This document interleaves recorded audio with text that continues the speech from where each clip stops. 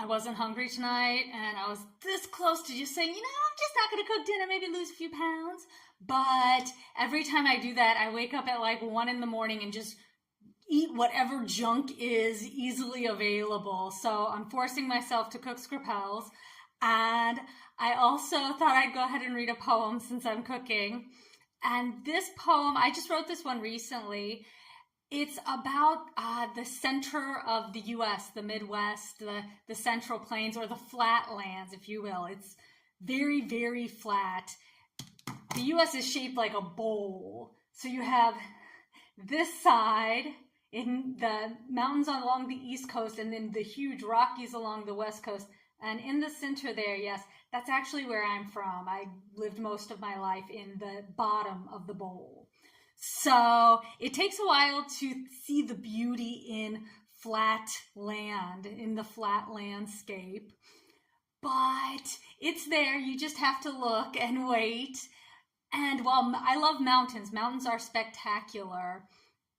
But where mountains fill you with that adrenaline, flatland fills you with anticipation. I mean, you can't go to the end of it. You can't even see the end of flat, but you feel like then something is coming, and the sky moves quicker over flat Earth, I think. So, and I've also been reading a lot of Louis L'Amour's. If you haven't read his books, he was a writer from like the 1950s to the 1980s.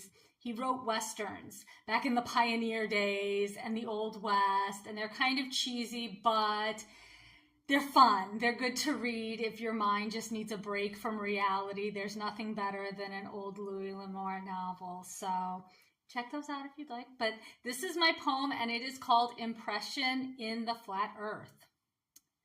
By the arch of my foot, I have discovered red soil stitches itself into the souls of dusty travelers with steam engine sensibilities. The beauty of the gland is only glimpsed when the sky reveals the impassive cruelty of higher powers beyond straw bonnets. Nature's scream surpasses sound when death swoops low to feast on gold. Its heavy gray belly distends to gorge on split wheat grains and vomits bemused bullfrogs. Square homes are built of wood beams and packed dirt, for all things rise but bricks hurt worse when it's realized the air has fled and feathers fall at a matched velocity. A point exists farther than the eye can see and the mind can reach, where green, brown, and light converge into a whirling white mirage, dancing on the edge of nothing at all.